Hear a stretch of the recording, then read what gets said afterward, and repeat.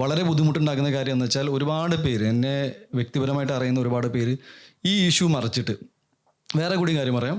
Already ഒരു female Sini ആർട്ടിസ്റ്റിനെ കുറിച്ച് പറഞ്ഞു കഴിഞ്ഞു. ഓൾറെഡി എനിക്ക് തോന്നുന്നു ഒരു 2-3 മാസം മുന്നേ തന്നെ വളരെ പോപ്പുലറായ വേറെ ഫീമെയിൽ സിനി ആർട്ടിസ്റ്റ് ഫെഫ്കേലോ എവിടെയോ ഒരു കംപ്ലൈൻറ്റ് ആൾക്കാരുടെ എതിരെ ഉണ്ട്. അപ്പോൾ ഇതൊരു റിപ്പീറ്റഡ് ഒഫൻസാണ്. എന്ന് വെച്ചാൽ ഞാൻ പറഞ്ഞു വന്നത് ഫേസ് വാല്യൂവിൽ ഒരാൾ പറഞ്ഞ കാര്യങ്ങൾ, ദാറ്റ് ഈസ് എൻ്റെ അടുത്ത സുഹൃത്തായ ടോയിനോടെ പേര് പറഞ്ഞിട്ട് ഞാൻ ഇയാളുടെ സിനിമയെ മോശപ്പെട്ട രീതിയിൽ സംസാരിച്ചു അടിച്ചു എന്നൊക്കെ പറഞ്ഞാൽ ഇത് കംപ്ലീറ്റ്ലി ഒറിജിനൽ ഇഷ്യൂന്ന് ട്രാക്ഷൻ മാറ്റാൻ വേണ്ടി മാത്രം ഉണ്ടാക്കിയൊരു കഥയാണ്.